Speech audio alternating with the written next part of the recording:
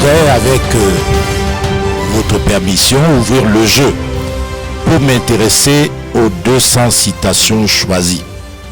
Monsieur le ministre, vous avez commencé à répondre à cette question dans votre propos, mais je voudrais que vous alliez plus loin. Pourquoi 200 citations et sur quels critères de sélection?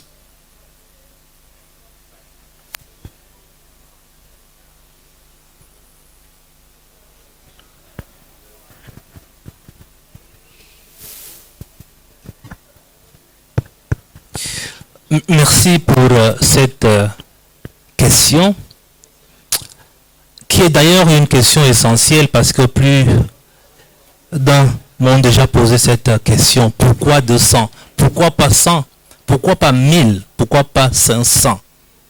Je voudrais dire de prime abord, pour que ça soit clair, que j'assume la subjectivité de ma sélection. On pouvait en avoir 500, on pouvait en avoir 100. Mais il s'agit d'un prisme, d'un angle vers lequel on se projette.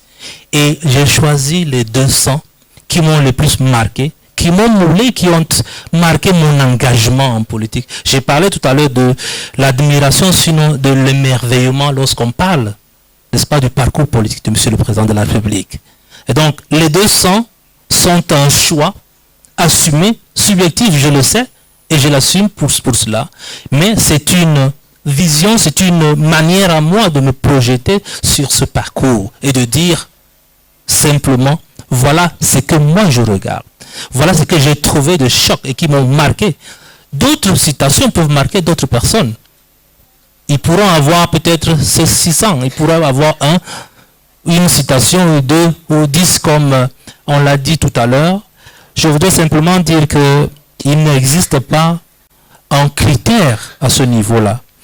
C'est un mot, c'est une partie d'une phrase, c'est la circonstance, c'est la posture de l'homme d'État qui nous a amenés vers la sélection de cette production discursive que j'imagine est assez abondante pendant les 41 ans déjà passés au pouvoir de M. le Président de la République.